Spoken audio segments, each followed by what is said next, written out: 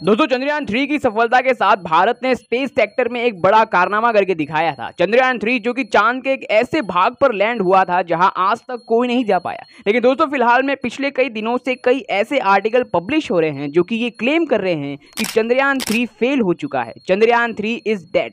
4 सितंबर 2023 को इसरो ने चंद्रयान 3 के विक्रम और प्रज्ञान को स्लीप मोड में डालने से पहले 40 सेंटीमीटर मून की सतह से ऊपर की तरफ टेक ऑफ किया और फिर से मून पर लैंड करवाया और सभी चीज़ों को चेक करने के बाद चंद्रयान 3 को स्लीप मोड में डाल दिया गया। 14 दिनों के बाद 22 सितंबर 2023 को फिर से चंद्रयान 3 को रिएक्टिव किया जाना था और स्लीप मोड से हटाना था, लेकिन 22 सितंबर के 2 हफ्ते बाद अभी तक इसरो का कनेक्शन चंद्रयान 3 से एस्टेबलाइज नहीं हो पाया है। और इसी चीज़ पर इसरो के चीफ एस सोमनाथ और डायरेक्टर नीलेश देसाई ने यह स्टेटमेंट दिया है कि चंद्रयान 3 को रिएक्टिव होने के चांस सिर्फ 50-50% ही बचे हैं और वो भी सिर्फ 30 सितंबर तक ही। तो ऐसे में अब ये सवाल आता है कि क्या अब चंद्रयान 3 मिशन को लेकर भारतवासी अपनी सारी उम्मीदें खत्म कर दें? और चंद्रयान 3 मिशन फेल हुआ भी तो इसके पीछे का क्या रीजन था और क्यों इसरो चंद्रयान 3 को रिएक्टिव नहीं कर पा रहे हैं? और मून पर लैंड होने के 1 महीने बाद भी किस वजह से चंद्रयान 3 मिशन फेल हो गया?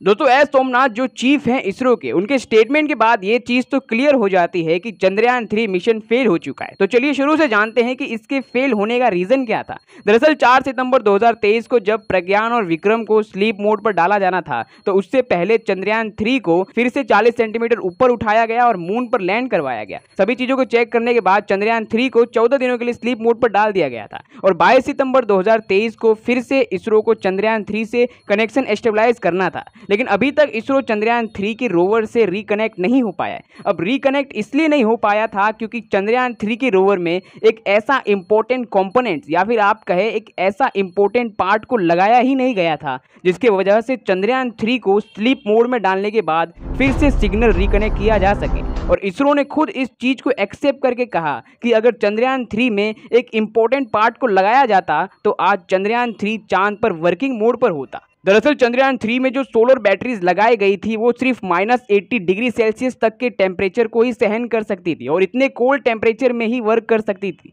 लेकिन जैसा हम सबको पता है कि चांद के साउथ पोल का टेम्परेचर -240 डिग्री तक चला जाता है। अब जब इतना टेम्परेचर बढ़ गया था मून पर तो रोवर में लगी सोलर बैटरीज के अंदर के जितने भी केमिकल रिएक्शन हो रहे थे जिसकी वजह से बैटरी गर्म हो रही थी वो सभी केमिकल फ्रीज हो गए और बैटरी पूरी तरीके से ठंडी पड़ गई। इसके वजह से रोवर काम करना बंद कर देता है। अब ऐसे सिचुएशन में सिर्फ एक तरीका बचता है इन बैटरी को फिर से अनफ्रीज करने का, वो है इन सोलर बैटरीज को किसी भी तरीके से हीट दी जाए और गर्म किया जाए। और ये काम आरटीजी नाम की एक मशीन करती है जिसे इसरो के साइंटिस्ट चंद्रयान 3 में लगाना ही भूल गए, या फिर ऐसा कह लीजिए कि उन्होंने चंद्रयान 3 में इस चीज को लगाया ही नहीं। यानी कि कहीं ना कहीं इसरो के साइंटिस्ट को ये अंदाजा पहले से ही था कि ऐसी सिचुएशन आने वाली है और इसका सॉल्यूशन आरटीजी मशीन है। लेकिन अब सवाल ये आता है कि आखिरकार सारी इंफॉर्मेशन होने के बावजूद भी क्यों जानबूझकर इसरो के साइंटिस्ट ने आरटीजी चंद्रयान 3 में नहीं लगाया? तो अगर इसका जवाब आपको जानना है कि क्या मजबूरी थी इसरो के साइंटिस्ट की ये जानने के बावजूद भी कि मून पर रोवर में लगी सोलर बैटरीज काम करना बंद कर देगी और इसे आरटीजी से फिर से एक्टिव किया जा सकता है, लेकिन फिर भी आरटीजी को नहीं लगाया गया।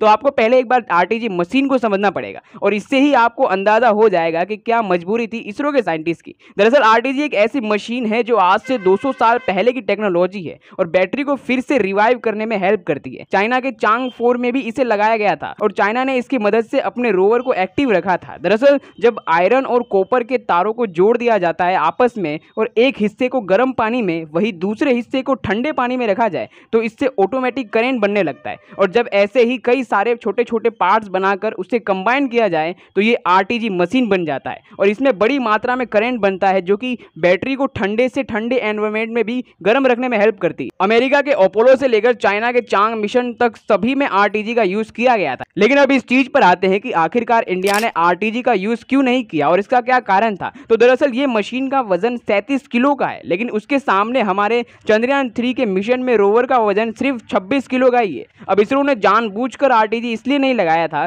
ताकि रोवर का वजन कम ही रहे और चंद्रयान 3 को सक्सेसफुली लैंड करवा कर 1 मंथ तक एक्टिव रखा जा सके। अगर आरटीजी लगाया होता तो रोवर का वजन 62 केजी के अराउंड हो जाता, जिसकी वजह से ज़्यादा चांस बन जाते रोवर के क्रैश होने के। और असल में अगर आप देखोगे मेन ऑब्जेक्टिव इस मिशन के तो सिर्फ चांद पर लैंड होना और कुछ चीज़ों की साइंटिफिक रिसर्च करना ही था, ना कि इस मिशन को हमेशा एक्टिव रखना। चंद्रयान 3 को सक्सेसफुली लैंड भी करवा दिया गया और चांद के साउथ पोल पर सल्फर की खोज भी कर दी गई। और सल्फर सिर्फ उसी जमीन पर मिलता है जहां वोल्केनो पाया जाता है, यानी कि चांद का वोल्केनो के साथ कुछ ना कुछ रिलेशन भी है। इन सभी चीज़ों की खोज चंद्रयान 3 ने की और इन सभी चीज़ों को एनालाइज भी किया जा रहा है। तो ओवरऑल आप कह सकते हैं कि इसरो के साइंटिस्ट को पता था ये मिशन सिर्फ 1 मंथ ही चलेगा। इसी की वजह से उन्होंने चंद्रयान 3 को स्लीप मोड में डालने से पहले चांद की सतह से ऊपर 40 सेंटीमीटर तक उठाया और फिर लैंड करवाया, ताकि अगली बार जब चंद्रयान 4 को भेजा जाए तो लैंडिंग करवाने में कोई परेशानी ना आए। यानी कि अब चंद्रयान 3 सिर्फ इंडिया का ब्रांड एम्बेसडर बनकर ही चांद पर रह गया है। ऐसी और इन्फॉर्मेटिव वीडियो देखने के लिए हमारे चैनल को सब्सक्राइब जरूर करें।